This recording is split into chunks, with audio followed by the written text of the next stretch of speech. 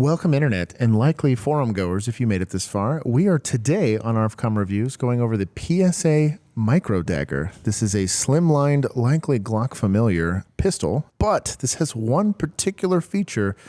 It's going to have some Glock fanboys itching for their little pocketbooks. If you want to know what that is, just hang out for a little bit. It's after a short word from our sponsors. We're going to get into those details. Hey friend, it's dark half the time on this planet. Unless you got magic powers or a mountain of carrots, you need TNVC to see at night. And finally, from the genius that brought you the Bushmaster Firearm comes the Hydra Mark 15, the ultimate weapon platform. Modular, versatile, and mission-driven, the Hydra Mark 15 quick and easy caliber changes give you a whole lot of options without costing you a whole lot of money. When people look at the current trends for slimline double stack kind of ish, like stack and a half kind of pistols, this has all of those things. You guys can Google it because YouTube's not a huge fan of us talking about it too much. Too hot for YouTube. But I think you're going to be pleasantly surprised if you can find them in stock, what these things go for. Really, the only comparisons you have is maybe the Taurus GX4 carry. I think the SIG Macro is really the only one that's about this size-ish.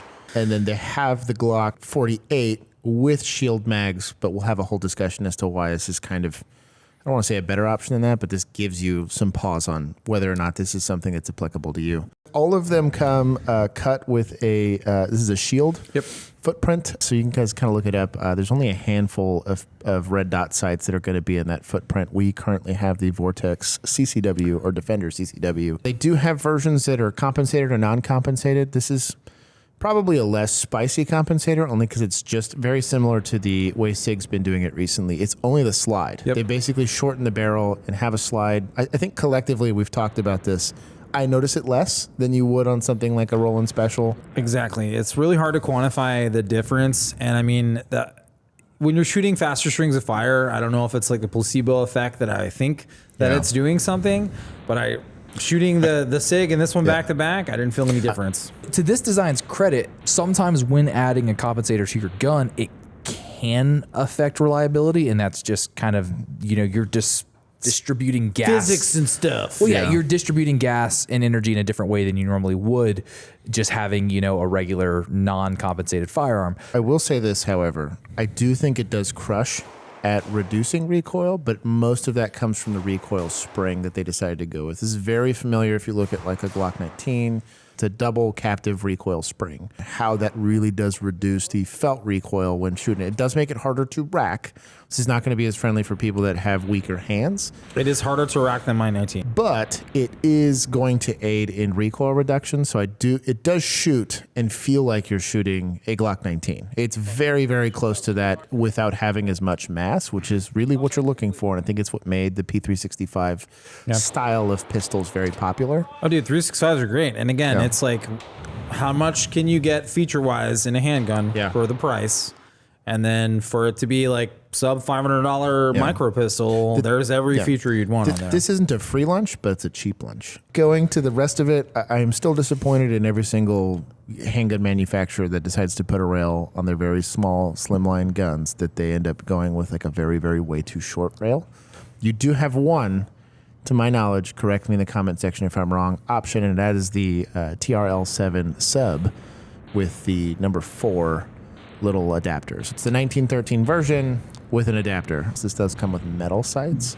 They're the 3-dot variety. I know there's some people that have beef with that they only like the blacked out rear and just the front sight. I've heard a lot of people that are in on that. I don't particularly care. I'm assuming that this is probably compatible with most of those slimline Glock aftermarket sights. Again, go check on the PSA website to verify that. But in all reality, most of the things that they make, they're making it to be compatible. Also, do like that the takedown, it's a Glock takedown. Super simple. If you know how to do that, if you don't work for the ATF, this should be pretty easy for you to disassemble yourself. Do like the grip texture. I am on the line, and Bobby and I have an agreement on one aspect of this thing, but I do like coming from a Glock. Don't mind the grip angle. Prefer the texture.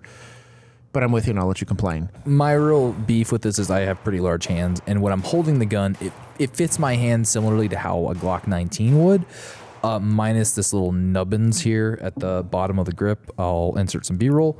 It's pretty sharp, and it doesn't really have like a rounded edge.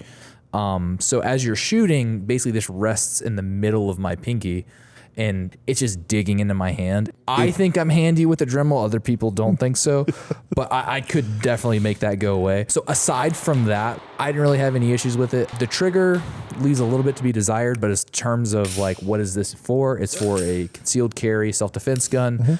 So I'm not necessarily it's not like a huge turnoff for me, but for those who are interested, it is a hinge style triggers.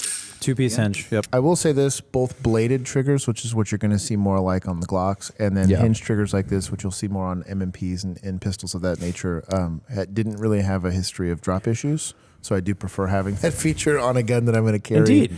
And let's be real, we both shot fist-sized group at 25 yards, Yes, we rested did. off Yes, the we bench. did. We both. So I was going to put his target up there to confirm his performance. Regardless, it was just as good. That's minute a man, right? Yeah, this is perfectly capable with a decent shooter. Ergonomically overall, I think it's going to be very familiar to people that are coming from the Glock 19. I think that this fits a lot of people that are saying, well, I already carry a Glock 19, or you're an idiot like me and you carried a Glock 17 for a long time, but you want something slimmer, or you're just so familiar with it that like you're like, hey, I want something that's close to the same battery of arms, or like my wife likes my Glock and likes shooting it but doesn't want to carry it. This kind of starts to put you in that conversation of something that I think is adequate, and it's a 15+1 gun from the factory. You're not having to do anything weird with shield mags or whatever. Nope. This was actually one of the cooler features of the gun. These are going to be compatible with 43X48 models as well. Here we have a Glock 48 with a 10-round magazine. As you can see, the 10-round and the 15-round from the Micro Dagger are more or less the same size, granted material and capacity. And here we have the 43X, same thing, essentially same grip length. So you can get 15+1 out of your single stack Glocks with the PSA Micro Dagger magazine without having to swap your mag release.